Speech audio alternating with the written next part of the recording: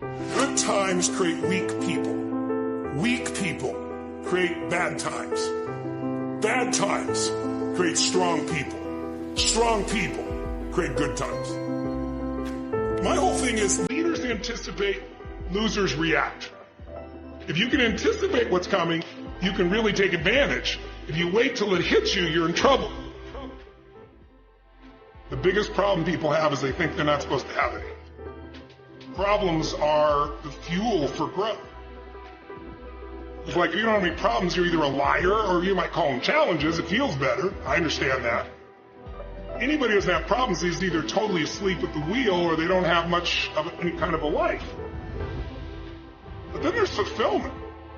And fulfillment is living what you're made for. Is it a lack of confidence? No, it's a lack of mission.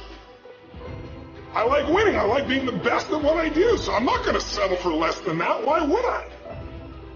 Michael Jordan making 1,000 shots before you take a break. When you just know you're going to mess up, it's not going to be perfect. You're going to forget that line that you really wanted to say, but just put all the energy on the audience. Everything starts to change. If you stay ready, you don't have to get ready. It's a shift in your identity. Every single day, 6 days a week. What matters? Few subjects, your body, because your energy matters. If that energy's low, everything I just said is worthless to you. Because when you're low energy, you don't use your full intelligence or ability. You need emotion. If you don't know how to master your emotion, emotions start wars. Emotion creates peace. Emotion gets you children.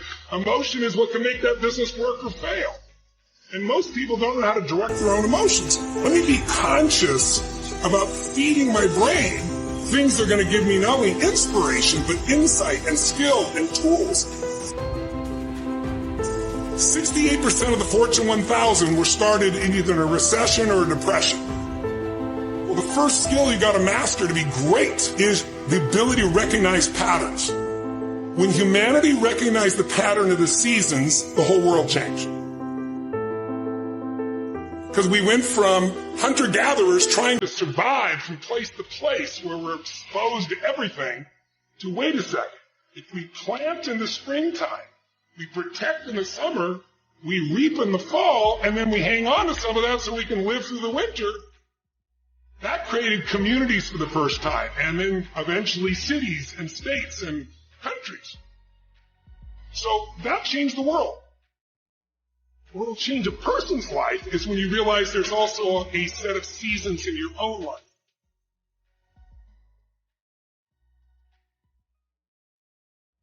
What if you're born in 1910?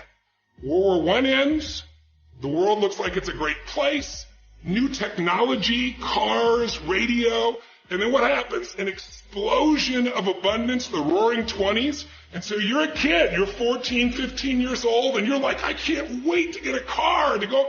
But what happened when that person hit the next stage of life, 19, 20, 21 years old? As they came of age, it's 1929. And suddenly, people are jumping out of buildings, total depression, dust bowl, nobody's got jobs. It looks horrific, and it was horrific. But did they get a break? No. When they turned 29, it's 1939. It looked like the whole world was going to end. Hitler was sweeping across Europe, bombing London. It literally looked like the world as we know it was over. This is what gives me great optimism for everyone watching here. Winter's not forever. No pandemic lives forever. Everything changes. And everything ends. And the good news about winter is it's always followed by springtime. What follows the night? The daytime. What a cool way to set it up if you were God or the universe. The first thing I do every single morning is I go in freezing cold water. And when you jump in, it never feels good to go in, but getting out, you feel incredible. But I do it for a different reason. I do it to train my brain to say, when I say now, it means now. When I say go, we go. I don't stand there because it's cold and go maybe in a minute when I'm ready. But I always do it because I've trained my brain. This is how we work. And if you train your brain to do that every single day, then it'll do it on the more difficult and important things in life. But the essence of it is I change my body radically, and I do 3 things to make sure that my brain is primed. And what I mean by primed is, most people think their thoughts are their thoughts, Lewis, and you and I know better. Most people just don't understand that you are being primed all the time, and unless you prime yourself, you're going to be primed by the environment. So I want to take control of my brain. So I do 3 quick things. 1, I take 3 minutes of those 10 minutes after I've changed my body, and I focus on 3 different events in my life that I'm grateful for. I usually pick 2 big ones and 1 small one. It could be as simple as a smile on my daughter's face, and it changes your biochemistry. Then real fast, I do this 3-minute process. It's kind of like a blessing. And then 3 minutes, the last 3 minutes are called 3 to Thrive, where I focus on 3 things I want to accomplish. And instead of thinking I want to accomplish, I see, feel, and experience it as done. I feel grateful. I celebrate it. And it trains your brain. So in 10 minutes, I'm done. 3rd thing that I'll do, I immediately send a message or a text or an audio message to somebody as a sincere compliment. And I don't go, dude, great job, or wow, you're cool. I say, hey, listen, I saw you on Tuesday with those kids, and I saw you take that extra 20 minutes no one else did. I just want you to know, I saw that, I thought that was incredible.